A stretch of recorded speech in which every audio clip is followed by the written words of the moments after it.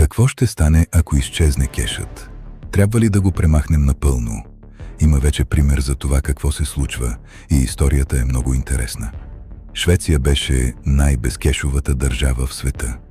Само 1,2% от плащанията се правеха в брой. Магазини започнаха да отказват банкноти, банкоматите изчезваха.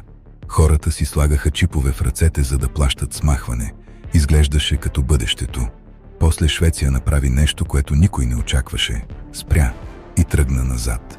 Ноември 2024 година Министерството на отбраната на Швеция изпраща брошура до всяко домакинство в страната. Заглавието «При криза или война». Съобщението вътре е кристално ясно. Гражданите трябва да използват кеш редовно и да държат вкъщи. Запас за поне една седмица. Държавата, която почти премахна кеша, сега моли хората да го върнат обратно. Защо? Централната банка на Швеция обяснява директно. Кибератаки, прекъсвания на тока, геополитическа нестабилност. Цялата платежна система на страната зависи от електричество и интернет. Ако едното от двете падне, никой не може да купи нищо. Нито храна, нито лекарства, нито гориво. Управителят на Шведската централна банка казва едно изречение.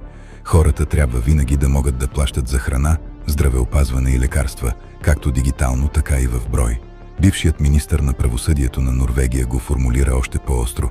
Ако никой не плаща с кеш и никой не приема кеш, тогава кешът вече няма да е реално аварийно решение, когато кризата настъпи. Ето какво пропускат повечето хора. Кешът не е остаряла технология. Кешът е единствената платежна система, която работи без ток, без интернет и без чуждо разрешение. Всяко друго плащане изисква някой друг да каже да. Банка, сървър, мрежа, компания. България върви в същата посока с всяка изминала година. Все по-малко кеш, все повече карти, все повече удобство. Въпросът не е дали дигиталните плащания са лоши. Въпросът е какво правиш в деня, в който системата каже «не може».